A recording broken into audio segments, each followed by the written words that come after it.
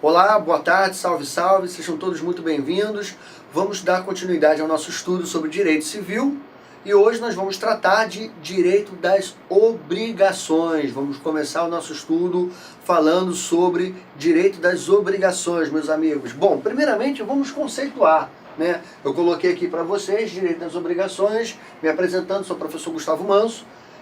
Direito das obrigações eu coloquei aqui, primeiramente, noções gerais do que é o direito das obrigações, teoria geral, conceito de direito das obrigações. Vamos lá.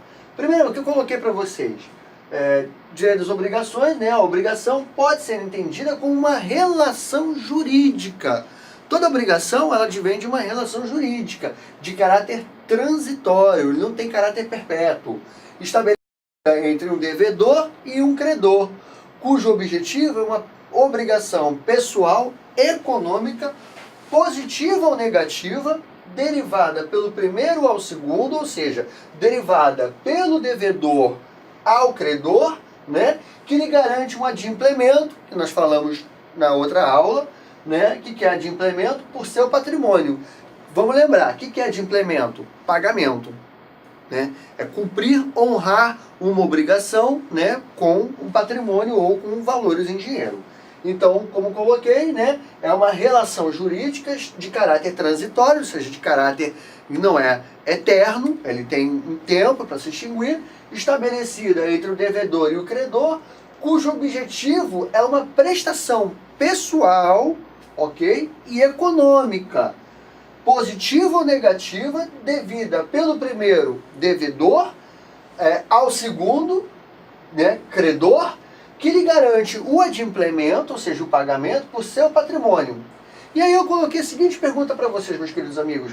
O que gera uma obrigação? Né? Como surge uma obrigação? Como nasce uma obrigação? A sua fonte ela pode ser ou contratual, ou através de um ato ilícito. Você praticou um ato ilícito, agora você tem a obrigação de reparar esse ato ilícito. Eu sempre comento, por exemplo, nas universidades onde eu dou aula, que da obrigação não cumprida surge a responsabilidade civil. A maioria de vocês que estão estudando aí, se preparando para o exame da OAB, né, estão aqui com a gente no foco da OAB, já deve ter observado algumas doutrinas, por exemplo, Flávio Tartucci, Carlos Roberto Gonçalves, né, que quando você tem aqueles livros que tratam de obrigações, eles tratam de obrigações e logo em seguida tratam também de responsabilidade civil. Então, é a fonte do direito, é o dever, é a fonte da responsabilidade civil, o dever de cumprir alguma coisa. E o outro é a fonte do dever de indenizar. Quando você viola a obrigação, gera daí a responsabilidade civil, o dever de indenizar. Ok? Sua fonte, então, pode ser ou por instrumento contratual, ok? Ou advinda de um ato ilícito, como eu falei anteriormente, aí surge também aí o dever da responsabilidade civil, ou por um ato unilateral da vontade. Manso, dá para você esclarecer isso direitinho? Primeiro lugar, instrumento contratual. Quando a gente fala instrumento contratual, evidentemente, contrato, não é?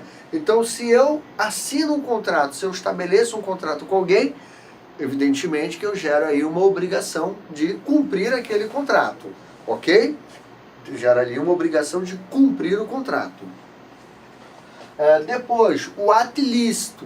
Se eu pratico um ato ilícito, eu sou obrigado a reparar o ato ilícito.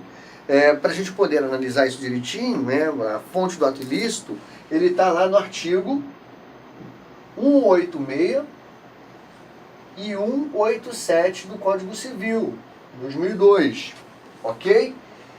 A responsabilidade civil, ela está lá no artigo 927 e seguinte do Código Civil de 2002, ok? Responsabilidade civil está lá, né, elencada lá no artigo 927 seguinte do Código Civil. Então, o ato ilícito, se eu praticar um ato ilícito, consequentemente, eu sou obrigado a reparar, né, esse ato ilícito. Então, daí gera uma obrigação para que eu tenho para com aquela pessoa que eu pratiquei o ato ilícito, que agora eu sou obrigado a cumprir, reparar algum mal que eu tenha feito a ele. e por ato unilateral da vontade. O que seria o ato unilateral da vontade? É uma promessa.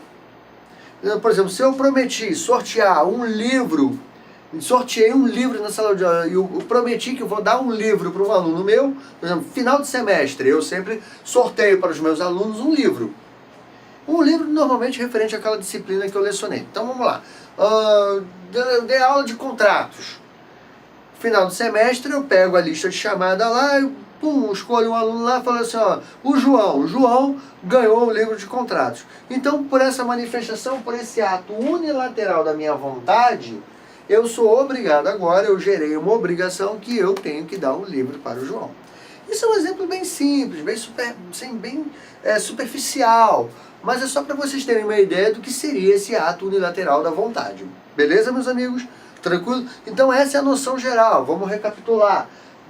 Obrigação pode ser entendida como a relação jurídica, isso é muito legal, sempre grifo isso aqui para os meus alunos, relação jurídica de caráter transitório, muito bom também, sempre bom lembrar disso, caráter transitório, estabelecida entre um devedor e o credor, são as partes na relação, o devedor e o credor, cujo objeto é uma prestação,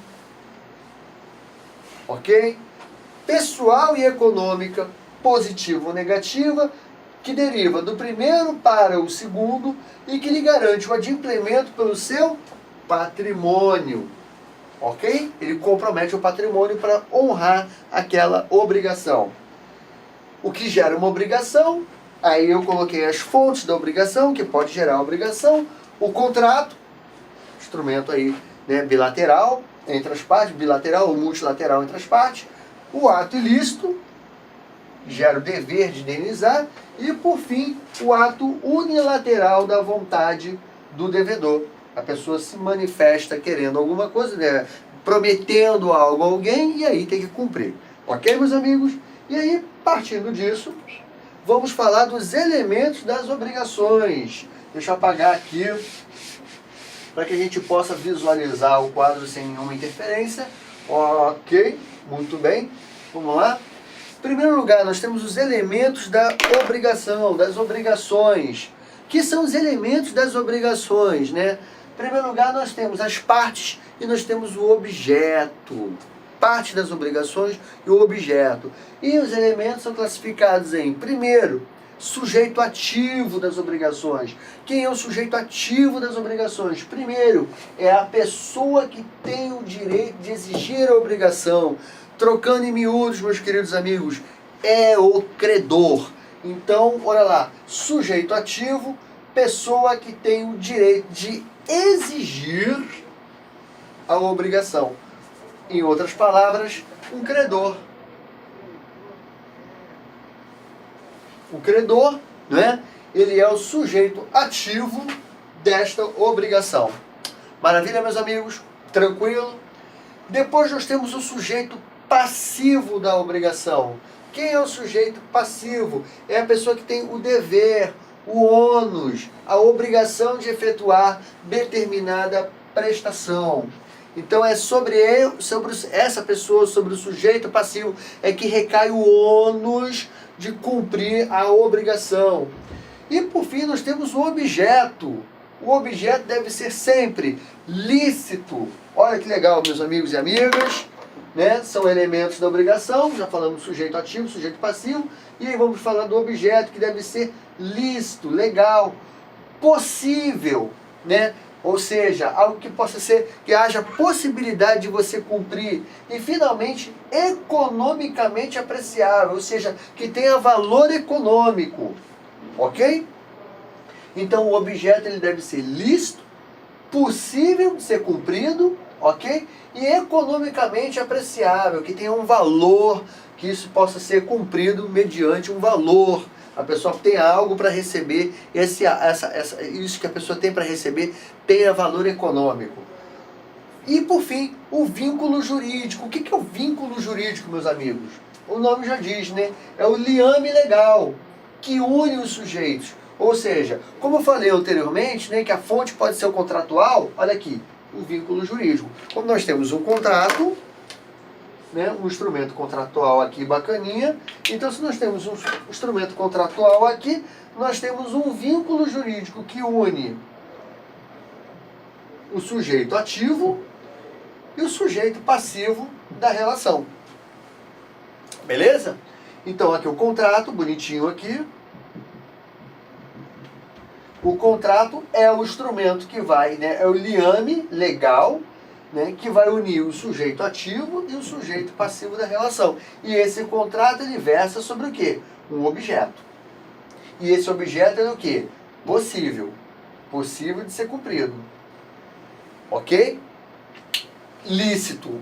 As cláusulas do contrato, elas são lícitas. Ok? E ao mesmo tempo ele tem o quê? Valor, o quê?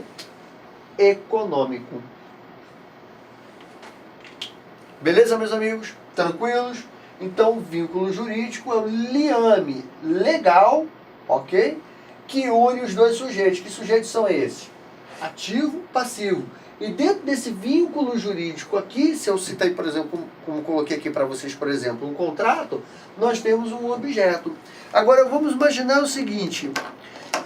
Qual seria o vínculo jurídico que une o sujeito ativo e o sujeito passivo numa situação, por exemplo, de um acidente, de um ato ilícito, né?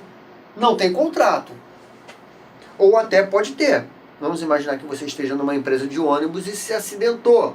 O ônibus se acidentou e você se feriu. Tem até o contrato ali. Não é um contrato escrito, mas é um contrato porque você, né, a empresa de ônibus já está prestando serviço para você.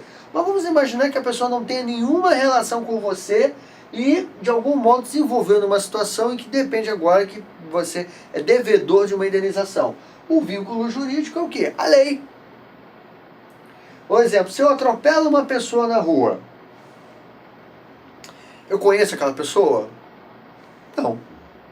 Sei quem é aquela pessoa? Não sei quem é aquela pessoa. Mas eu tenho uma obrigação com aquela pessoa? Tenho. Se a responsabilidade por aquele acidente for minha, né, eu tenho o ônus de solucionar aquele problema. Eu tenho o ônus de indenizar aquela pessoa pelo prejuízo, ainda que exclusivamente moral, né, que eu possa ter provocado aquela pessoa. Então, o vínculo jurídico que vai me unir agora àquele sujeito ativo, aquele que é o titular, né, da pretensão contra mim, o cara me atropelou e saiu correndo, não prestou socorro. E aí, o que eu faço? Processei ele, né, ajuizei uma ação contra ele. É o quê? A lei.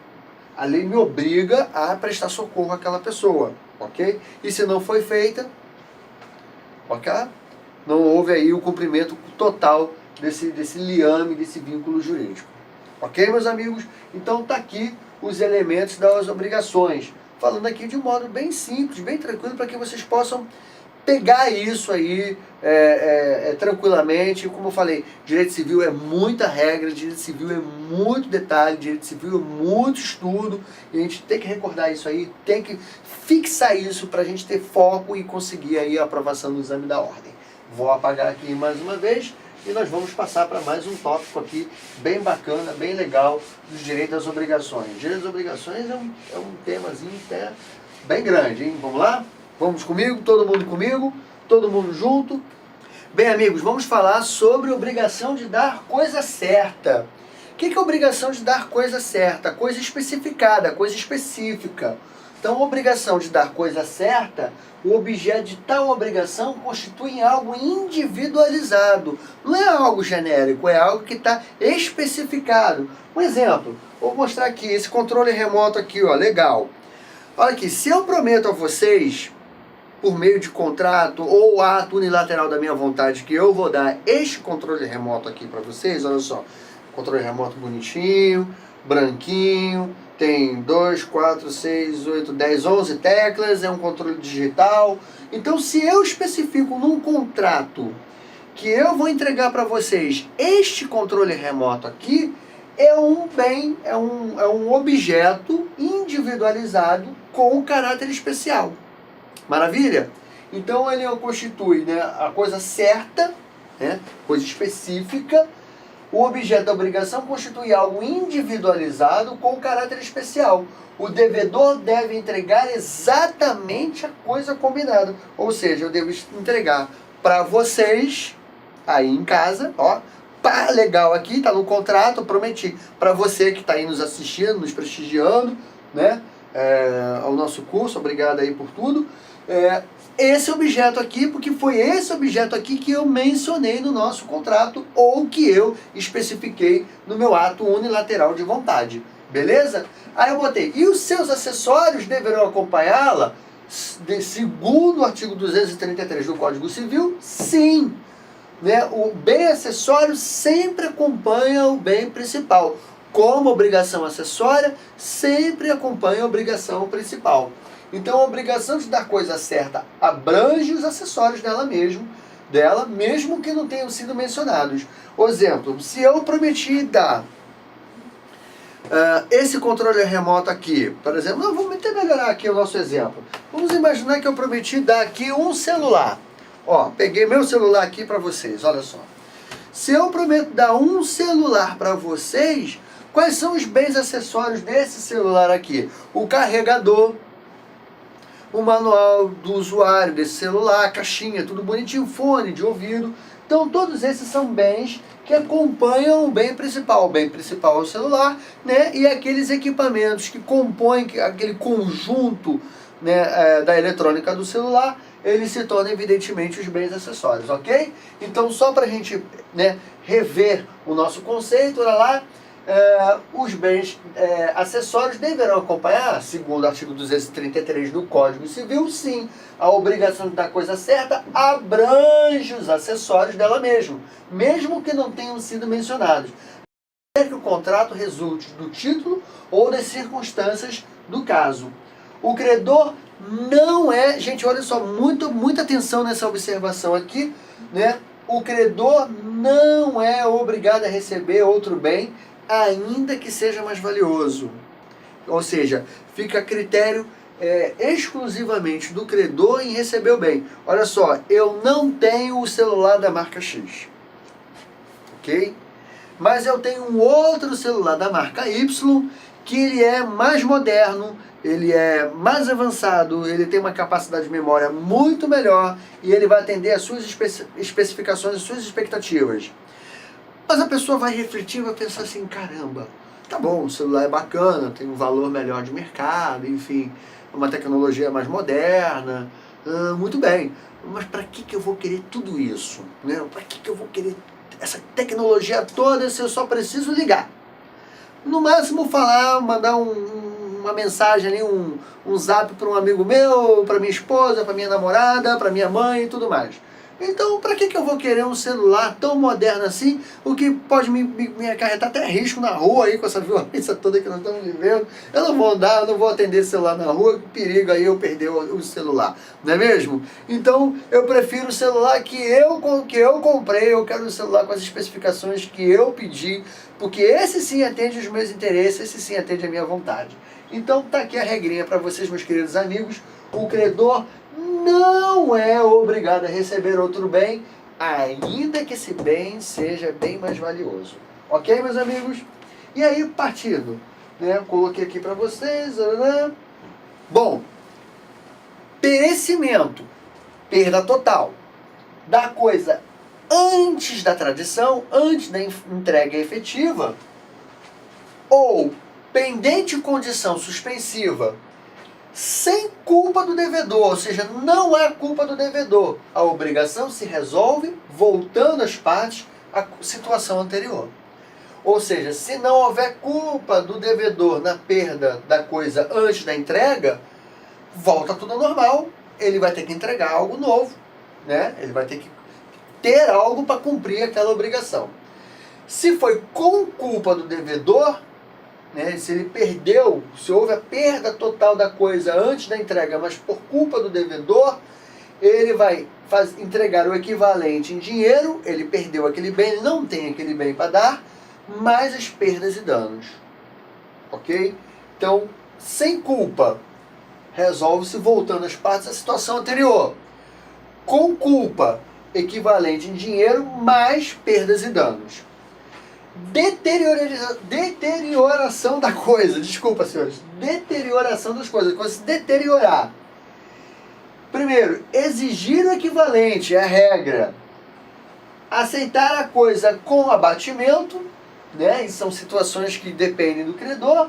Em ambos os casos também cabe pedir perdas e danos. Então, se a coisa se deteriorar, o credor pode exigir algo equivalente, exigir um bem equivalente àquilo ali, fica a critério do credor, aceitar outra coisa como abatimento, ou em ambos os casos, e também em ambos os casos também pode pedir a sua devida reparação por perdas e danos. Ok? Obrigação de dar coisa incerta. Vamos lá. O que é coisa incerta? É algo que não está especificado. Quando eu falei, né, na coisa certa, eu falei, por exemplo, desse controle remoto aqui, ó. Bacana. Controle remoto, coisa certa. Quando nós falamos em coisa incerta, é algo que não foi especificado no contrato ou no ato unilateral. Não estamos falando no ato ilícito. Ok? Vamos lá. Obrigação de dar coisa incerta, meus queridos amigos. O objeto a ser entregue constitui algo indeterminado. Indeterminado, senhores. Se a coisa é incerta, o objeto é indeterminado. Todavia, coisa incerta será indicada ao menos pelo gênero e pela qualidade. Ok? Você não determinou o bem, mas você pode ao menos indicar o gênero daquele bem e a qualidade. Por exemplo, eu vou te dar um celular moderno. Eu não disse qual é o celular. Eu disse que o gênero é um celular, né? E a quantidade, 1. Ou então eu sou devedor para você de 10 celulares. Quais os celulares? A quantidade, nós sabemos que são 10. Nós sabemos que o produto, o objeto, é o aparelho celular. Mas nós não sabemos que tipo de celular, a cor, se ele é moderno, se ele é antigo, né, capacidade de memória, enfim, nós não temos uma especificação sobre esse bem. Mas nós sabemos que ele é um objeto indeterminado, ok? E aí eu coloquei a regra para vocês, meus queridos amigos.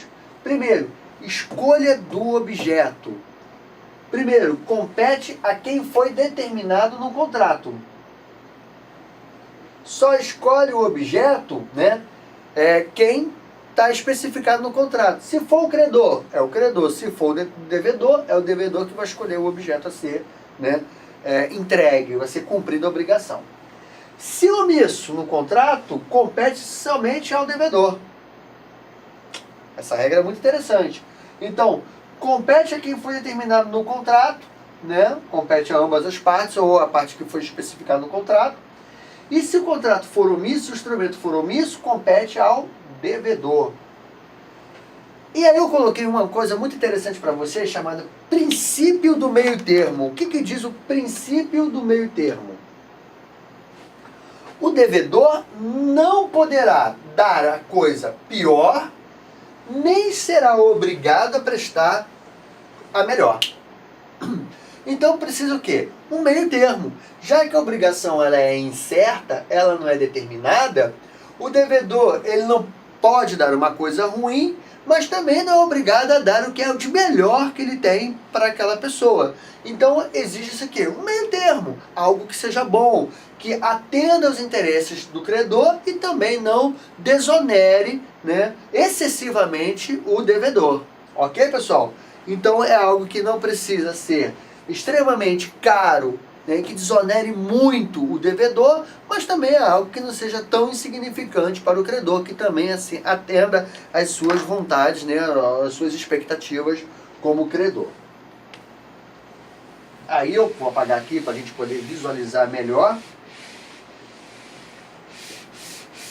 Outro item da nossa classificação, bem bacana. Vamos lá. Obrigação de fazer e obrigação de não fazer. Vamos lá, nas obrigações de fazer, o objeto constitui um ato ou serviço do devedor. O que significa a obrigação de fazer? O próprio nome já fala. Eu tenho que fazer algo a alguém. A minha obrigação não é simplesmente uma obrigação pecuniária. Ela é uma obrigação de cumprir um determinado serviço em relação ao meu credor. Então, a obrigação de fazer constitui, o objeto dessa obrigação constitui um ato ou serviço do devedor para com quem? Para o seu credor.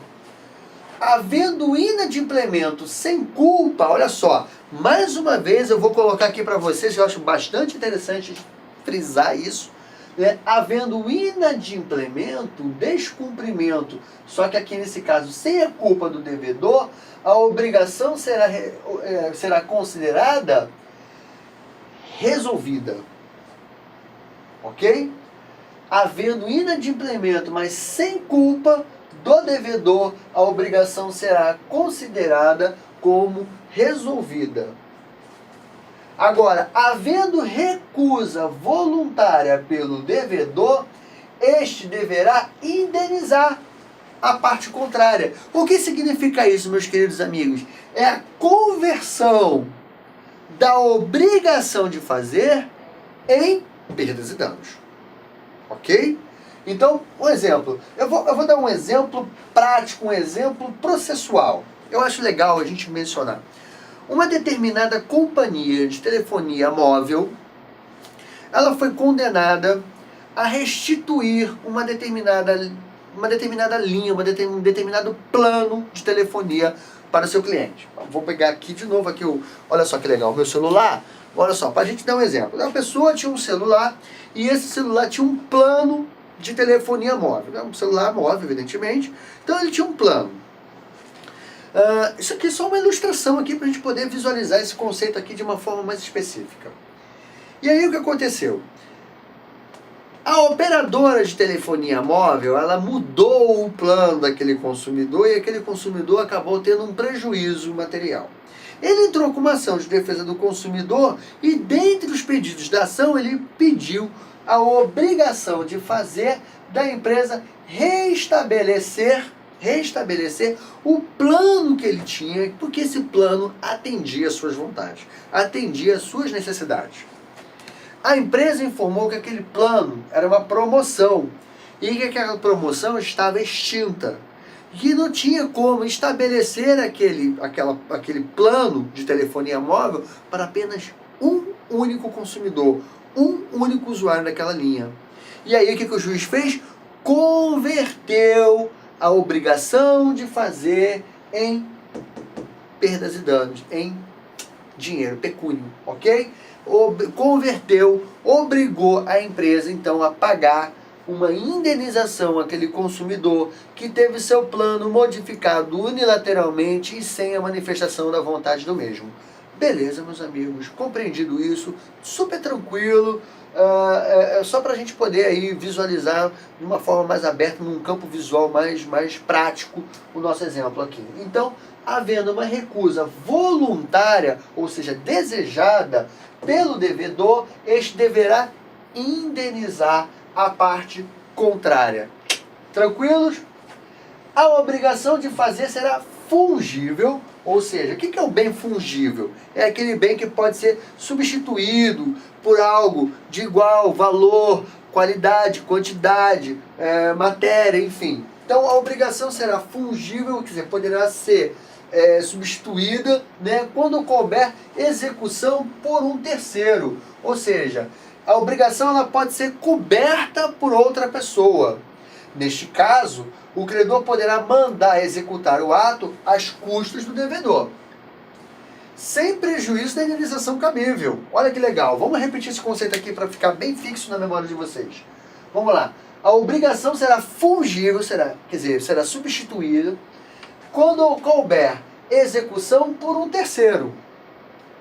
Neste caso, o credor poderá mandar executar o ato às custas do devedor sem prejuízo de uma indenização cabível. Tratando-se de obrigação infungível, ou seja, insubstituível, é possível realizar pressões em seu patrimônio. É que a gente chama daquela constrição sobre o bem da pessoa. Assim, O Código de Processo Civil, novo CPC, traz mecanismos como multas e outras medidas de apoio à disposição do juiz, ou seja, bloqueio, penhora, todo e qualquer, né, sequestro dos bens, enfim, todo e qualquer mecanismo previsto no novo CPC para obrigar, para coagir aquela pessoa, constranger aquela pessoa a ir lá e efetuar o seu pagamento. Eu coloquei aqui, continuo aqui na obrigação de não fazer, né, também chamada obrigação negativa. Nas obrigações de não fazer, né, obrigação também conhecida como obrigação negativa, fiquem bem atentos a isso, porque existem sinônimos nos institutos do direito. Então, obrigação de fazer, obrigação positiva. Obrigação de não fazer, obrigação negativa. Então, quando a gente fala em obrigação de não fazer, nós estamos falando aqui em obrigação negativa. As obrigações de não fazer, obrigações negativas, seu objeto consiste em uma abstenção ou uma ausência de comportamento, ou seja, cláusula de sigilo, confidencialidade, por exemplo. Vamos imaginar uma obrigação de não fazer. Um exemplo claro disso, por exemplo, no direito bancário. Eu adoro o direito bancário, eu acho muito bacana a parte do direito bancário no direito do consumidor. A gente vê muito isso, por exemplo, uma obrigação de fazer que o banco se abstenha de efetuar cobranças sobre aquele contrato que o consumidor entende como um contrato ilegal, um contrato irregular. Então, nessa situação, o juiz, deferindo o pedido, ele obriga o banco a se abster de fazer qualquer tipo de cobrança ou, paralelamente a isso, qualquer tipo de inclusão do nome do CPF do devedor, do possível devedor, né, do consumidor, melhor dizendo, nos cadastros restritivos de crédito, SPC e Serasa. Ok? Nas obrigações negativas, o devedor é havido por inadimplente, desde o dia que executou o ato que deveria se abster. Então, olha lá, nas obrigações negativas, o devedor se torna inadimplente não por deixar de fazer, mas sim por ter feito algo que estava proibido de fazer.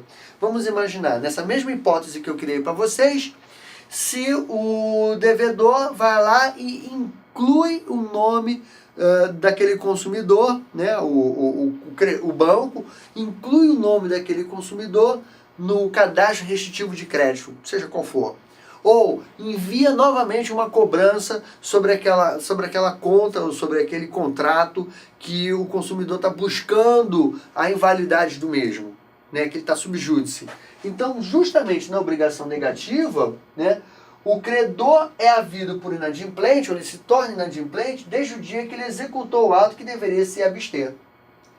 Neste caso, o credor pode exigir, conforme o caso, o desfazimento do ato, ou seja, a reversibilidade do ato, né, sem prejuízo das perdas e danos. Quer dizer, além dele pedir, além dele requerer, né, em juízo especialmente, o desfazimento daquela conduta que estava proibida por parte do devedor, ele pode também aí requerer, né, as perdas e danos cabíveis.